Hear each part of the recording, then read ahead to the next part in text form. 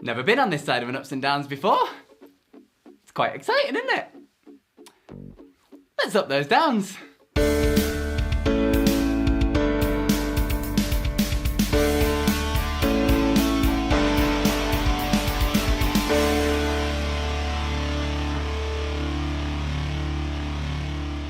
Started off with Ray versus The Miz on the kickoff show, and it was kind of thrown together, and it was The Miz in a kickoff match. I mean, what more can you say? Dominic tried to get involved, he got chucked out, Ray rolled up The Miz, he won.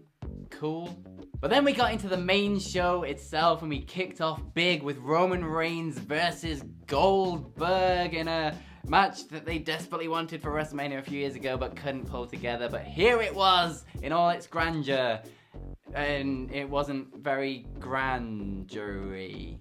It started off with a big lockup, and then he kind of rolled to the outside, and then it was just really, really slow. There was none of the sort of Goldberg fire that you might expect from something like this. There was no sort of big jackhammers or anything like that. Goldberg hit a spear on Roman Reigns, but he kicked out. Roman Reigns hit him with a Superman punch, but Goldberg kicked out. Goldberg was bleeding from the shoulder for some reason when he came out, so Hamlet's idea was that he just kind of shoulder barged into a door, probably. He was also bleeding from his head at one point, just in a tiny spot. I don't know how this man bleeds so much. But they amazingly went like 6 minutes, and then when you look back on it, you really can't think of how they filled that time, because it was just a bit slow. Roman Reigns just decided to choke Goldberg out in the end, probably the safest bet, to be honest. And that was it. Roman Reigns won, and he's off to WrestleMania. I mean, it wasn't great. I'm probably gonna give it a down. And yeah, that's kind of all I have to say about that, because then we moved on to the first of 2 Elimination Chamber matches of the evening, and this one was the women. It was Liv Morgan taking on Nikki Ash, taking on Doudrop, taking on Rhea Ripley, taking on Alexa Bliss, taking on Bianca Belair, and this was okay. It wasn't the best thing I've ever seen, but it definitely wasn't the worst. Liv Morgan and Nikki Ash kicked it off, but things didn't really get interesting until Doudrop and Rhea Ripley were out there. There was a great bit where Liv Morgan just kind of pushed Doudrop off the top turnbuckle, right face first into a pod, and it was absolutely hilarious. But the first person out of there was Nikki Ash. She was taken out by Rhea Ripley with the Riptide, and it goddamn serves her right for taking out Molly Holly at the Royal Rumble. I will never forgive you, Nikki Ash, and you deserve going out first. Next to be taken out was Doudrop, who got this sunset flip powerbomb thing from Liv Morgan, slammed her down in the middle of the ring for the 1, 2, 3. And then third out was Liv Morgan herself, who was taken out with a Twisted Bliss by Alexa Bliss. Before this, though, there was a really great spot. First off, Bianca Belair was showing off her strength throughout this. She had the whole press slam thing with one arm and then chucked her back into the ring. But there was a great bit with Rhea Ripley and Bianca Belair where they were kind of showing off each other's strength. And they had 2 people up in the vertical suplex, and they were both kind of doing the sort of one-handed vertical suplex thing. But Rhea Ripley had Alexa Bliss up in the air, and then Alexa Bliss's skirt just kind of fell down right in front of Rhea Ripley's face, and she was just trying to pull up the skirt and peer out while she was still doing this one-handed suplex. It was absolutely fantastic. It made me laugh, and it's also incredibly impressive. But Bianca Belair was the star of the show at the end. She took out Rhea Ripley with a KOD, and then it was her and Alexa Bliss, who's fixed now, according to the therapist on Raw. She's definitely not fixed, though. But yeah, they were the last 2 in there, and they were the 2 that we were all kind of wondering which one of these would go on and win the Elimination Chamber and go on to WrestleMania. But it was, of course, Bianca Belair. She eventually took out Alexa Bliss with a KOD, and this whole thing only lasted about 15 minutes. They were really not messing about getting people out of these pods and getting these matches going. This entire pay-per-view was only 2 hours and 50 minutes long. It was really, really short stuff. But yeah, there's not a huge amount to talk about, but it wasn't a terrible match. It was good stuff. Bianca Belair goes on to WrestleMania to face the winner of Becky Lynch versus Lita, which we will get to later on. And I'm gonna give it an up. Why not? Next up, it was one of the more tone-deaf things WWE have done in their time, having a wrestler wrestle with only one arm in Saudi Arabia. They really don't think about these things, do they? But it was, of course, Naomi and Ronda Rousey taking on Charlotte and Sonya Deville. Ronda Rousey came out there in like a karate gi kind of thing, which was a really good way of getting around the whole women need to cover up everything in Saudi Arabia thing. But she did, of course, have her arm tied kind of at her side, not really behind her back. But this was just a really odd way of using Ronda Rousey in your first match back after re-signing. She had a good showing in the early goes, but she did still take most of the heat from the match, and Naomi eventually got the hot tag and ran a bit wild before then re-hot tagging Ronda Rousey after about a minute or something while she was still kind of selling her injuries from earlier on. And it was just a really odd showcase for what should be one of your absolute biggest stars going into WrestleMania. They just took away all of the kind of shine from her like offense, like all of that kind of mixed martial arts, sort of pure wrestling based things. It was like she had some really good judo throws and things with the one arm and stuff is still kind of impressive, but it's not what you want from Ronda Rousey. Still, she was the one to get the win at the end though. She had Sonya Deville down on the floor and she was threatening to put the Piper's Pit in when Charlotte Flair was just like, oh no, I don't want anything to do with this, and kind of wandered off and just left Sonya Deville in the middle of the ring to take the move and obviously lose. And this does two very strange things. One, like I said, it's not a big showcase for Ronda Rousey leading into WrestleMania, what should have been one of the biggest matches on WrestleMania, her versus Charlotte Flair. She should be looking like an absolute $1,000,000 right now, but instead they're just showcasing her wrestling with one arm being a little bit off. Two, it takes away any kind of possibility of doing a Ronda Rousey versus Sonya Deville match down the line, because why would anyone ever care about this ever again? She beat her so easily that she beat her with one arm in the middle of the ring, nice and easy. And three, there's a third thing that I hadn't thought about before, but there is a third thing. Naomi versus Sonya Deville, it's also kind of done now, because it was very much a second fiddle storyline to the bigger Ronda Rousey versus Charlotte thing, and like as far as like Naomi got some good offense in with Sonya Deville and stuff like that, it just felt like it just was not important whatsoever. They also had a really weird bit at the end where Sonya Deville kind of went out of the ring after she'd tapped out and went to Charlotte and was fine with everything that Charlotte had just done. Just left her in the middle of the ring to die, pretty much, to Ronda Rousey. She was fine with it. She didn't complain whatsoever. So this was all a little bit weird. The match itself was probably fine, but in terms of just what you want on a road to WrestleMania and how you build into a huge match at WrestleMania with Charlotte versus Ronda Rousey, I'm gonna give this a down, sorry. Next it was Madcap Moss versus Drew McIntyre, and I've just gotta get one thing out of the way before we go on with this, and it's Drew McIntyre and your goddamn sword. This is Chekhov's gun, WWE. This is storytelling 101. If you introduce something like this, like a goddamn sword, you better be willing to pay it off at some point. But you're not, are you? We're not gonna get to WrestleMania and Drew McIntyre is gonna stab Baron Corbin in the face, are we? We're not gonna get that. So why do we have a goddamn sword, and why does he keep on threatening to use it? It's never gonna pay off. Get rid of it. Other than that though, the match was pretty much what you're gonna expect from these guys. It was falls count anywhere, although the fall didn't count anywhere, it just counted in the ring, so that was a little bit pointless. Baron Corbin was on the outside selling from Madcap Moss.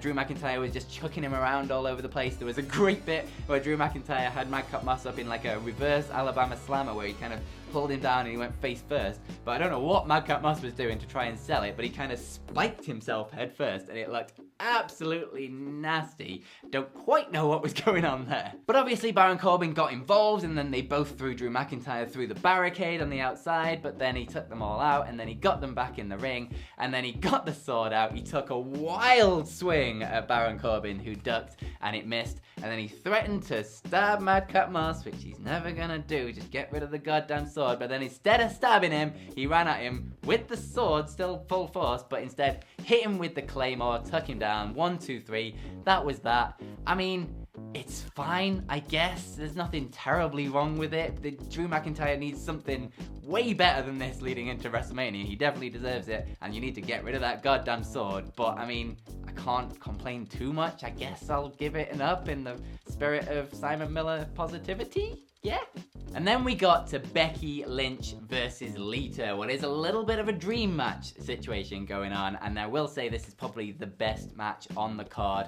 They had a really good sort of back and forth action, but their one big thing here was to build to one big near fall where you just think Lita, she just might do it. She just might do it, might she? It was a little bit the old wrestling tennis, as Simon Miller likes to say, as Becky Lynch was doing her best to sell for Lita and put over all of her stuff, but then they built and they built and they built, and then they got to a manhandle slam spot where Becky slammed her down in the ring, but she was just a little bit too close to the ropes, and Lita managed to get her foot on the ropes to break the fall. But then they built again, and Lita eventually, she hit the twist of fate right there, and then she went up to the top, and everyone thought, oh my god, she could actually do this, and she goes for the moonsault, she flies backwards out of the camera view, and Kevin Dunn didn't cut properly because for some reason he's just terrible these days, but she hit the moonsault, and then she got the 1, she got the 2, but then Becky Lynch kicked out for a really close near fall. But after that, it was only going to go one way. Becky Lynch hit the manhandle slam again, she got the 1, 2, 3 in the middle of the ring, she did a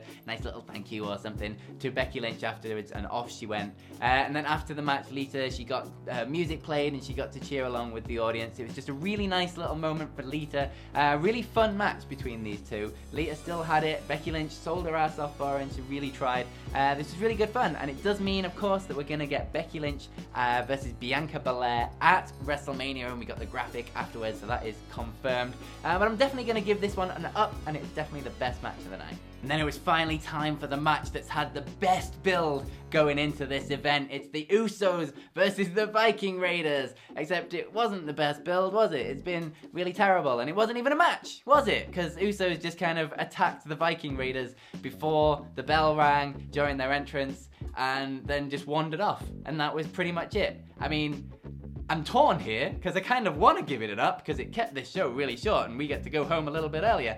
But at the same time, if you don't do something with the Viking Raiders soon, WWE, we had them back in WCW. If you want to know how good these guys are, go watch some of those matches. They are absolutely fantastic as a tag team. The Usos are absolutely fantastic as a tag team. If you give these guys 15 minutes on a show and just let them do their thing, it will be an absolutely fantastic match. But what have you given the Viking Raiders since they've been on the main roster?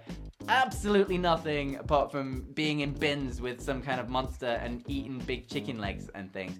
Absolutely nothing. You really need to do something with the Viking Raiders, WWE. I know you don't like tag teams, but they are really bloody good. Do something with them. Do something with them versus the Usos. It will be fantastic. This was not it. Hopefully it leads to something bigger at WrestleMania, but this is a big fat down. And then it was time already for the main event for the WWE Championship. It was, of course, Bobby Lashley taking on Austin Theory, taking on Seth Rollins, taking on AJ, taking on Riddle, taking on Brock Lesnar inside the Elimination Chamber. Or the Phil-Elimination Chamber.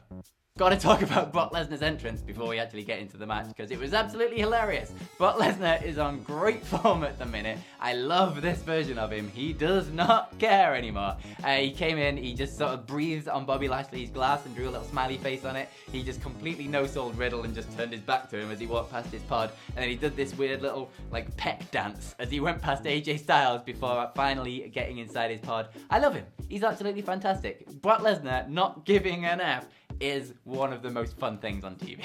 But then we get into the match itself, and Austin Theory versus Seth Rollins kicked it off, and you'd think this would be a fun way to sort of elevate Austin Theory a bit, getting some time in the main event picture against a really solid hand like Seth Rollins, but they didn't do a lot until Seth Rollins got Austin Theory up in a buckle bomb, and he didn't throw him into the buckle, he threw him into Bobby Lashley's pod.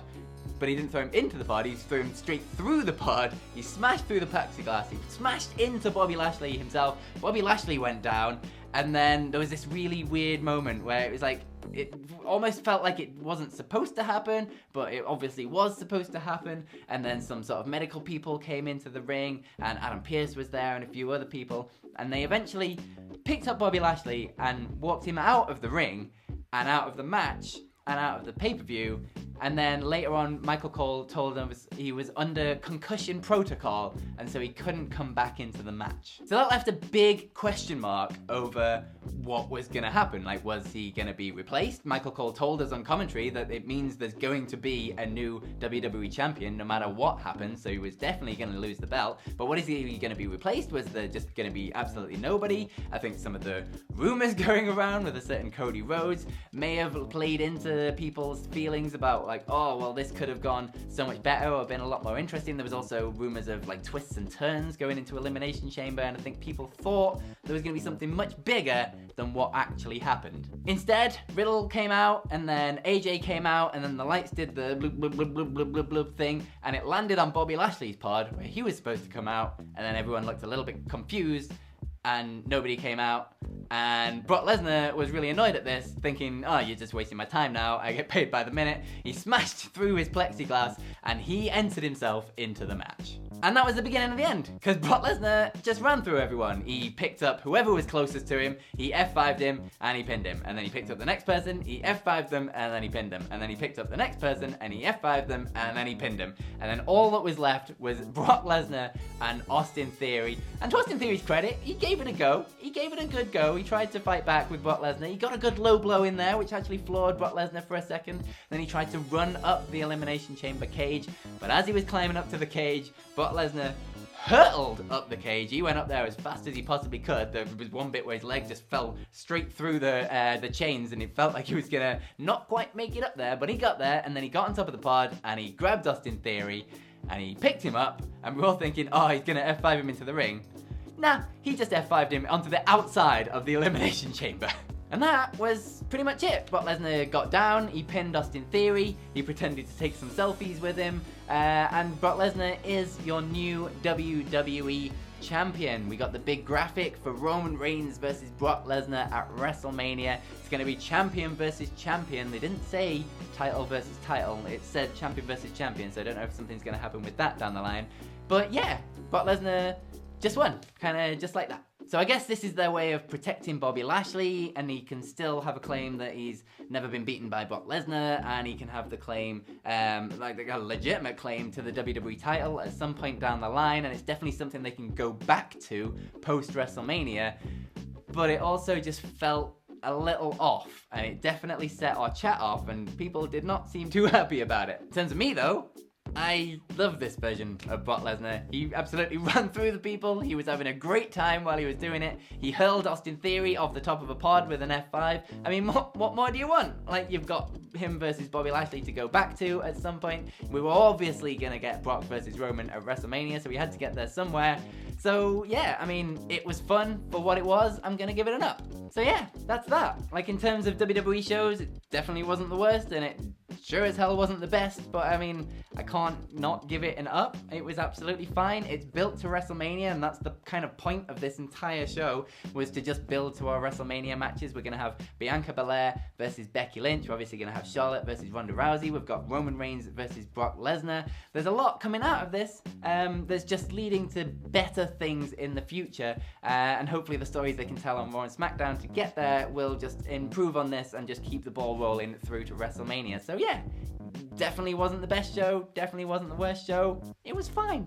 And that was that. Thank you very much for joining me. I have been Phil Chambers. If you want, you can follow me over on Twitter at PhilMyChambers. And Simon Miller, I promise you, we'll be back next week to resume all of the normal upping and downsing of things. He will be back for Raw on Tuesday, so come and join in for that. But in the meantime, head over to our podcasts and listen to all of our podcasts, WhatCulture Wrestling, wherever you get your podcasts from. Subscribe to the channel, comment down below, most importantly, what you think of Elimination Chamber, what you think of all of the matches, what you think of all of the winners, what you think of the Bobby Lashley, Brock Lesnar stuff, and more importantly, what you think of the build to WrestleMania and what's going to happen there. Let me know. I really am interested. Like the video too. That's also a thing that YouTube likes. And watch loads more videos, because we've got loads of videos, and YouTube really likes it when you watch loads of videos. So do that. That's nice of you. Thanks. Most importantly, have yourselves a bloody good day. Goodbye.